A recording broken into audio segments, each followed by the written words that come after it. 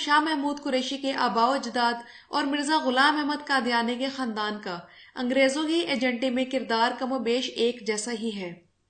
ان دونوں خاندانوں نے برصغیر میں انگریزوں کے خلاف مسلم مزاحمت کو کچلنے اور انگریزوں کا تسلط مضبوط کرنے میں ہر مدد فراہم کی، اور جبکہ ان میں سے ایک خاندان آج بھی گدی نشین اور سیاست دان بن کر ہم پر مسلط ہے، جبکہ دوسرے خاندان سے ایک کذاب نبی نے جنم لیا اور اس کی باقیات بھی آج تک ہم پر مرزائیوں کے صورت میں مسلط ہیں۔ مخدوم شاہ محمود قریشی کا خاندان سیاسی وفاداریاں بدلنے میں آج بھی کوئی ثانی نہیں رکھتا۔ آخر کیوں یہ ہر بار صلیب کے ساتھ ہی ہوتے ہیں، چاہے وہ برطانوی صلیب ہو یا امریکی؟ بہرحال کبھی ان کی ایسی تصویریں سامنے آتی ہیں جس میں اپنی یہ مریدنیوں کے سر پر دست شفقت رکھتے ہیں، اور کبھی سر سے شرم و حیا اتار کر اسلام اور پاکستان کے دشمن شراب کے نشے میں بدمست ہنری کلنٹن کے ساتھ سر سے سر جوڑے عاشقانہ مزاج دکھا کر ہمارے سر شرم سے جھکا دیتے ہیں۔ صرف پاکستانی پریس ہی نہیں بلکہ مغربی پریس میں بھی بے شمار ایسی تصاویر شائع ہو چکی ہیں کہ موصوف کو یورپی دوروں میں اکثر شراب کی محفلوں میں جام لہراتے دیکھا جا رہا ہے۔ گریفن پنجاب شفٹس لاہور 1909 سے حاصل کردہ ریکارڈ کے مطابق سید یوسف رضا گیلانی کے بزرگ سید نور شاہ گیلانی کو انگریز سرکار نے ان کی خدمات کے بدلے میں 300 روپے خلعت اور سند عطا کی تھی۔ اب جو حوالہ سابق وزیر اعظم گیلانی کا ہے وہی چودھری نثار علی خان کے اجداد چودھری شیر خان کا ہے۔ ان کی مخبری پر کئی مجاہدین کو گرفتار کر کے قتل کیا گیا اور انعام کے طور پر چودھری شیر خان کو ریونیو اکٹھا کرنے کا اختیار دے دیا گیا، اور جب سب لوگوں سے اسلحہ واپس لیا گیا تو انہیں 15 بندوقیں رکھنے کی اجازت اور 500 روپے خلعت دی گئی۔ Gujranwala gadgets 1935-36 government of Punjab کے مطابق حامد ناصر چٹھا کے بزرگوں میں سے خدا بخش چٹھا نے جنگ آزادی میں انگریزوں کا ساتھ دیا۔ وہ اس وقت جنرل نکلسن کی فوج میں تھے، اور قصور کے خیر الدین خان جو کہ خورشید قصوری کے خاندان سے تھے، انہوں نے انگریزوں کے لیے 100 آدمیوں کا دستہ تیار کیا اور خود بھتیجوں کے ساتھ جنگ میں شامل ہوا۔ انگریزوں نے اسے 2500 روپے سالانہ کی جاگیر اور 1000 روپے سالانہ پینشن دی۔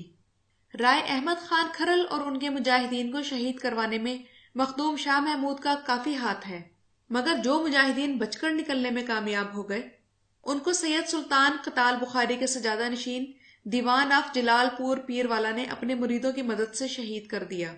جلال پور پیرو والا کے ایک ایم این اے دیوان عاشق علی بخاری انہی کی آل میں سے ہیں۔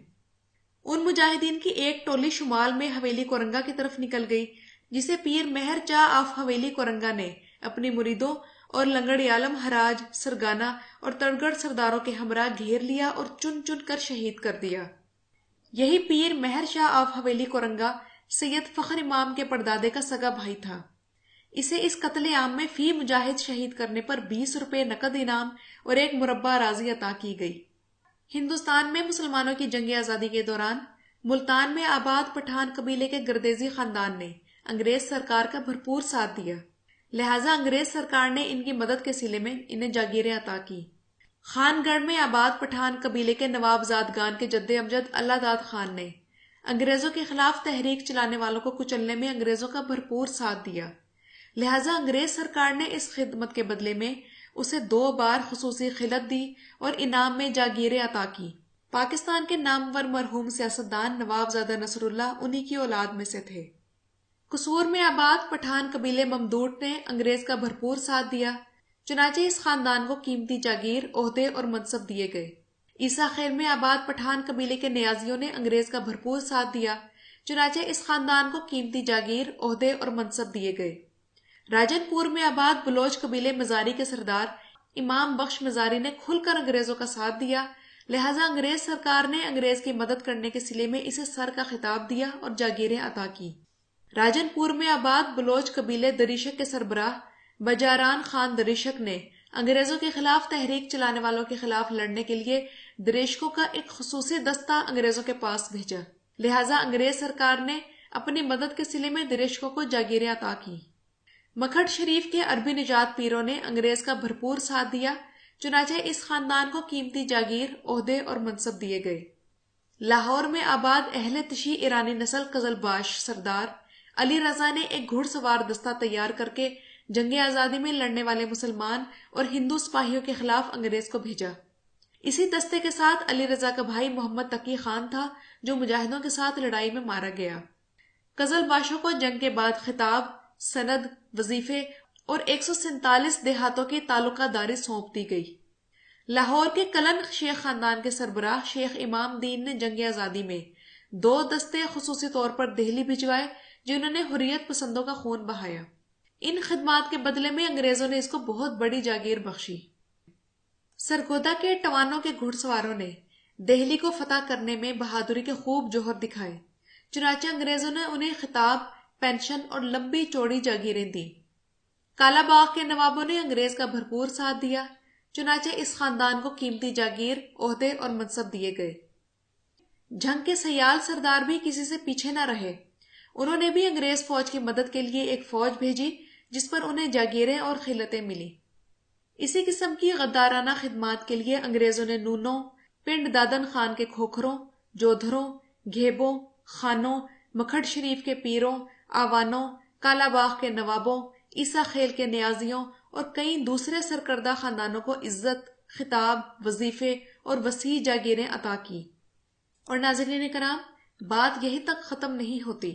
برِ صغیر میں قدم جمانے کے لیے انگریزوں نے یہاں کے وڈیروں، جاگیرداروں، نوابوں، شہزادوں، سول، پولیس اور آرمی سروس کے ممبران پر مسلسل نوازشات کے ذریعے وفاداری یقینی بنائی۔